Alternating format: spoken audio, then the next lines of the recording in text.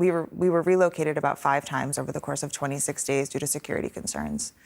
And one of the places we wound up was the Khan Yunis training center. We call it KYTC. That's when people had evacuated to the south. So you were in the south of Gaza at that point. Yes, when we went to below Wadi Gaza line. And there were, by the time we left there were 35,000 internally displaced people living alongside us. There were children with just massive burns down their faces, down their necks, all over their limbs.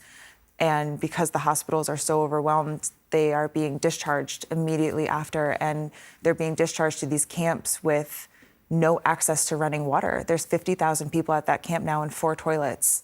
They're given 2 hours of water every 12 hours. Even getting through that Rafah border crossing, what was that like?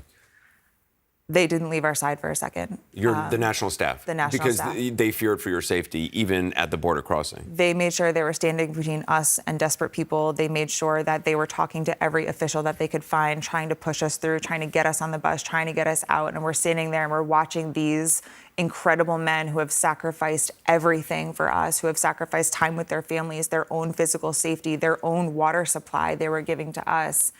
And we're watching them fight to get us across the border, knowing that we were not bringing them with us. Would you go back to Gaza? In a heartbeat. In an absolute heartbeat. My heart is in Gaza. It will stay in Gaza.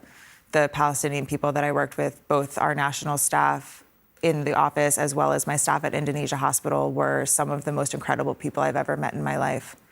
When everything went off and we got the notice to move south of Wadi Gaza, I was texting my nurses at Indonesia Hospital, and I said, we lost a nurse weekend 1. He was killed when the ambulance outside the hospital was blown up.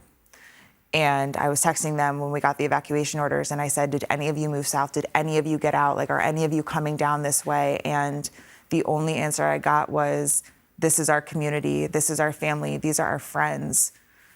If they're gonna kill us, we're gonna die saving as many people as we can.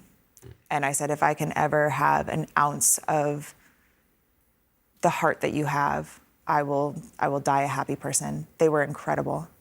I would like to send out a reminder that there are civilians seeking shelter there, and that my doctors and nurses didn't leave out of loyalty to their community.